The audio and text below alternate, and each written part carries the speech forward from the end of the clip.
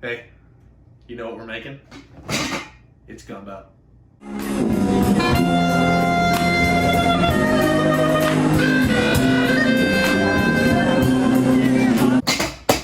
Gumbo.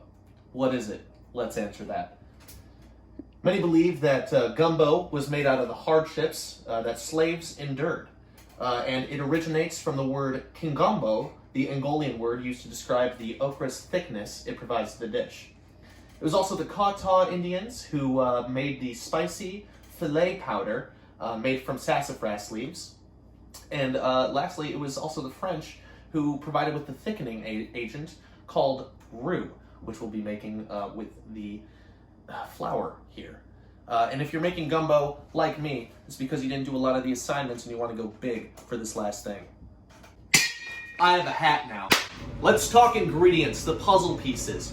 Number one, we got some Cajun rice. This is the only thing that I will not be making for you today. We also have some chicken breasts. We have onions, green peppers, parsley, okra, smoked sausage links. Within those smoked sausage links, we're going to be putting some Cajun seasoning on there. We also got some gumbo mix that we'll be adding to give it some of that pizzazz. We got some we got chicken bouillon, and we also got some chicken stock mix that we will be using. Pillsbury flour, so we can make a good old roux. Of course, we got our gumbo pot, which I wrote gumbo on, so you know we're making gumbo if you forget. Lastly, the largest piece of the puzzle and the debate that everybody's talking about. What is he going to use? Crawfish or shrimp? I'll tell you what I'm going to do. Boom, I'm going to do shrimp. Do you know why? Because it's easier, it's simpler, it's cheaper. You don't have to look at the crawfish while you're eating their soul. I choose shrimp. Forgot about the celery. Forgot about the goddamn oil. All right, so the first thing that we got to do is we got to make the roux. And it says you want to have 1 heaping cup of all-purpose flour. Make sure it's heaping before you pour it in. That was heaping. Next, we need 2/3 cups of oil. They say to use vegetable or canola oil, and I'm using neither because I don't follow anybody's rules. This is my world. 2/3 cups. I only have a 1 cup measurement, so I just eyeball it. So for the roux, what you got to do is you put it on the stove at a low to medium heat for about 35 to 45 minutes. And what you're going to do is you're going to go over here and you're just going to stir it. For 35 to 45 minutes, you're going to stir it. That gives you a lot of time. You can think. You can call your mom. I'm not going to do that.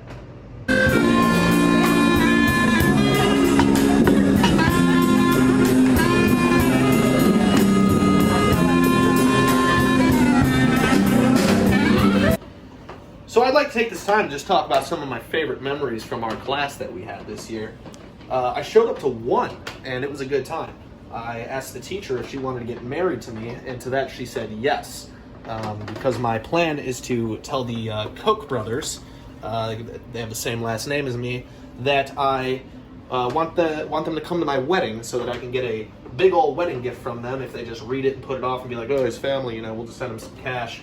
That's my dream, to have that. And she said yes, so I'm still waiting on that day. Whenever COVID's over, we can link back up and, get that going. I'm still stirring, as I will be for about 35 more minutes. So you're going to want to keep on stirring until it turns into a browned paste, almost kind of like a cookie dough. And you can add more flour and more oil as needed, and right now I'm going to add a little bit more of that. You never want to cook gumbo alone because there's a lot of steps, there's a lot of ingredients, and you can never stop stirring your gumbo, especially when it's in the form of being the roux. And the one thing I've seen across the board is that you cannot overstir your gumbo. And the second step to making the gumbo after the roux is finished is you're going to want to start cooking your sausage. And however you like to do your sausage is pretty much on you, as long as you make sure you got some Cajun seasoning on there to keep it, New Orleans. And you just want to put the sausage on the skillet for about 2 to 3 minutes on each side. You want to get a nice brown on each side, and then you add them to the add them to the side. You don't put them in yet. Now, I've never made gumbo before, so this may not be that good, but, you know, we are going to give it the old college try. If you'd like to get a really, really good gumbo, I've had it once at this place called Seventh on Heaven in Chicago. They had a turtle gumbo in which I tried, and if you get the big version, it comes in a turtle shell. Very, very cool. They have a bunch of different hot sauces. It's one of my favorite places to go out in the city, and I highly recommend that to everybody.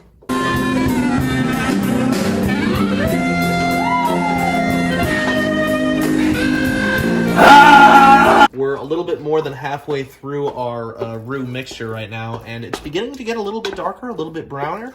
We needed to get a little bit darker for this to be, you know, a good roux. And my arm hurts really bad, so we're just gonna keep on going. And then we got the sausages going, and we got the apron on. It's me as a baby. And the sausages, we're gonna do about 3 minutes on each side, and then we go in there and we flip them over one by one. While this is all happening, and within this 3 minutes on each side, I gotta go around and start cutting up all these veggies. I'll be back. Now that I've absolutely freaked out, cut myself on the hand, and just chopped up a bunch of stuff, it is time that we add a half cup of chicken broth to our sausage right now. And we're just gonna turn that down a lot. There we go. We're just going to add that John up in there, and we're going to let it simmer and deglaze those bad boys. And then we add the remaining 5.5 cups of chicken broth. We add the veggies, parsley, and the roux, and stir the pot as well. So, while you're doing this, similar to this class and myself, I forget about things. I forgot about the chicken. So what I got to do quickly now is, where in the heck is my salt? Oh my god. Okay. All right, we're gonna slap these down here. I gotta find the salt. Oh, yes! We salt them up because you gotta get rid of the bacteria. Give me that salt back. Put it under the water. Everybody says to wash it under cold water and then squeeze the water out. That's incorrect. You do it under hot water, it kills the bacteria a little bit more. You don't squeeze out all the water because it keeps a lot of the moisture. And now you gotta cut this up just a little bit. You want big old pieces of chicken. A classic signature to the gumbo is having big old pieces of crab, other different meats. In this case, we're doing chicken and shrimp, which is going to be absolutely excellent. Cuts just like chicken, to be honest. Awesome, that's good enough for me. Then you know what we do? We put on that Cajun mix. And because we have run out of stuff, we have to improvise. New Orleans has had to improvise in the past and work with what they got. We're going to throw that in with our sausage, and we're going to throw that in at a lot higher of a temperature. You're supposed to get pre-cooked chicken. I did not want to do that. I take my pride in how I make my... Jesus, that's so hot. I take my pride in how I make my chicken, and we're going to do it by scratch in a much cooler way. All right, so now what we have here is we have our sausages that are going along on here. I got this, don't you worry about it. Here we have to multitask. We take out some of our sausages and we start adding them to our gumbo. I just read the directions and we were not supposed to put it in the sausage yet. That was my bad. But, oh, that's what I want. But you know what? We make little mistakes here and that's quite all right. So the next step is to cook this shrimp because we gotta do this. We gotta wait for this to finish cooking. And this is actually almost there, and I just tasted okra, and it tastes very, very good.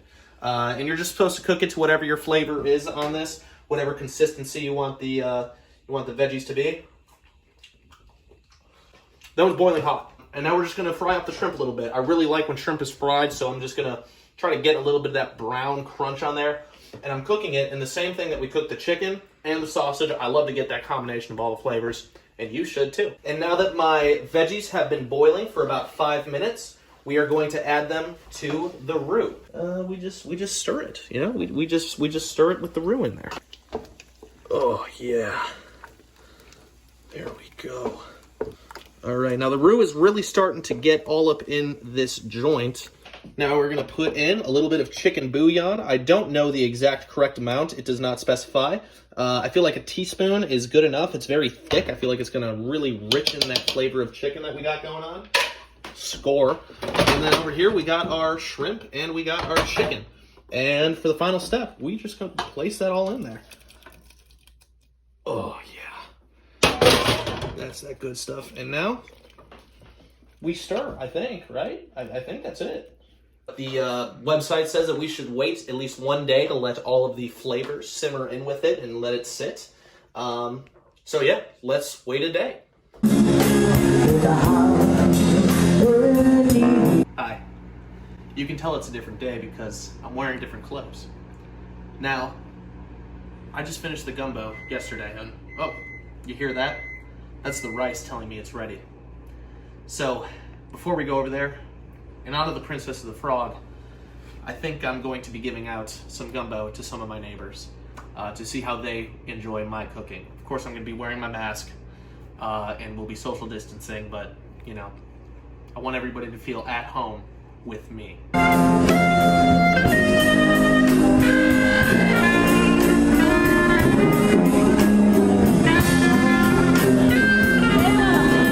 Let's see how it is.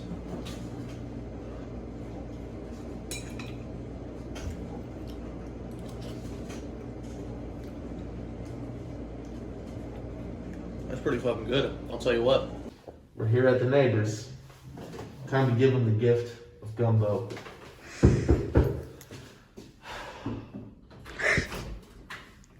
I brought you gumbo. Dude, for real. It's real gumbo.